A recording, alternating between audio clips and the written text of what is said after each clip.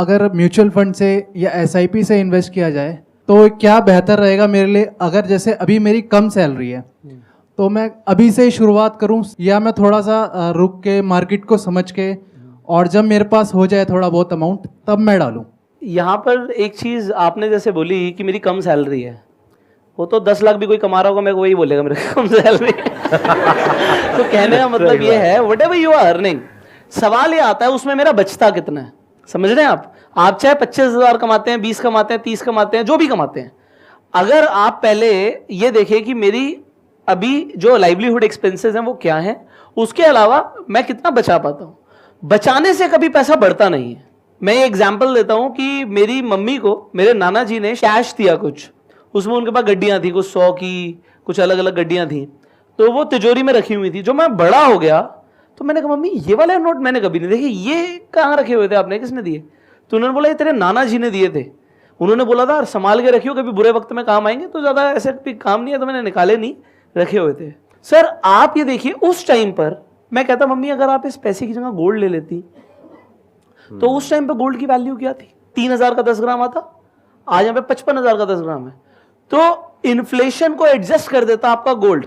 वो इन्फ्लेशन नहीं समझा सकता था मैं, मैंने समझाया कि बस उस टाइम पे मम्मी जलेबी कितने की आती थी, 1 रुपए में कितनी जलेबी आती थी? 1 रुपए में काफी आती थी। मैंने कहा आज 1 रुपए की जलेबी देगा भी नहीं, हो गया हट।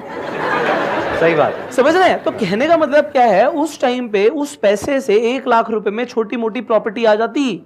उन्होंने वो पैसा तिजोरी में रख दिया, सेव कर लिया और वो खत्म हो गया, वैल्यू खत्म हो गई। उस टाइम पे नाना जी को 1 लाख रुपए देते हुए मान लो कितना बड़ा लगा होगा, उनके लिए वो बड़ा अमाउंट होगा, I am very sure about it. But उन्होंने जो दिया मम्मी ने रख लिया, क्योंकि उन्हें बोला बुरे वक्त पे काम आएगा, बचा कर रखियो भाई।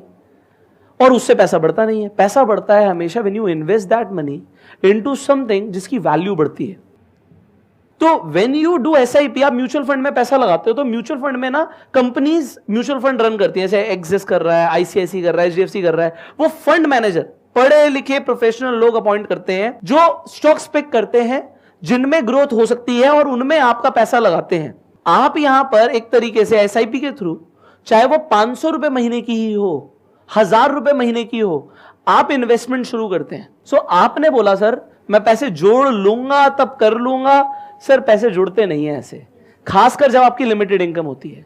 लिमिटेड इनकम में खर्चे ऊपर से टपकते हैं। जिस महीने जुड़ जाएंगे उस महीने किसी की शादी आ जाएगी, आप सोचोगे यार अब तो नए कपड़े बनवा लूं। फिर जुड़ जाएंगे, घर में किसी की तबियत खराब हो जाएगी, मेडिक्लेम होता नहीं है और आपके पैसे उसमें लग जाएंगे। आप जोड़ ही नहीं पाओगे। उसका बेस्ट तरीका क्या है, अपने ऊपर स्ट्रेस लो, एक ऐसा अमाउंट जो कि मेरे हिसाब से कम आपकी इनकम का 10% होना चाहिए। चाहे आप 20,000 कमा रहे हो, चाहे 2 लाख कमा रहे हो, चाहे 20 करोड़ कमा रहे हो, आपकी इनकम का 10% तो भूल जाओ, वो आपके पास आया ही नहीं। मान लो टीडीएस कट गया, उसकी एसआईपी तो करा दो भाई, अगर आपको स्टॉक मार्केट की नॉलेज नहीं है। और अगर है तो उसे और भी कैसे कर सकते हैं उसके ऊपर। यार देखो मैं सच बताऊं, मैं सर से बहुत छोटा हूं एज में। मैं कल आपकी ना गूगल पे पढ़ रहा था एज कितनी, मैं तो देखो क्योंकि यार एज के साथ बड़े ही नहीं होते।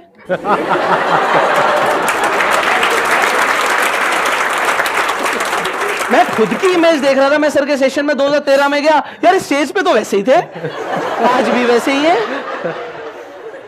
I am 27 but the thing is जो माइंडसेट है ना सर, वो डेवलप करना पहले शुरू कर दिया। आपके पास सब कुछ बाद में आएगा, आपको पहले डिजर्व करना पड़ेगा। मतलब आपकी अगर सैलरी है मानो 20,000 रुपए, 30,000 रुपए, 40,000 रुपए, आप ये सोचो कि मेरी सैलरी ही अगर 30,000 है तो सोचो 27,000 है, तो 3,000 रुपए आपने एसआईपी कर दिया।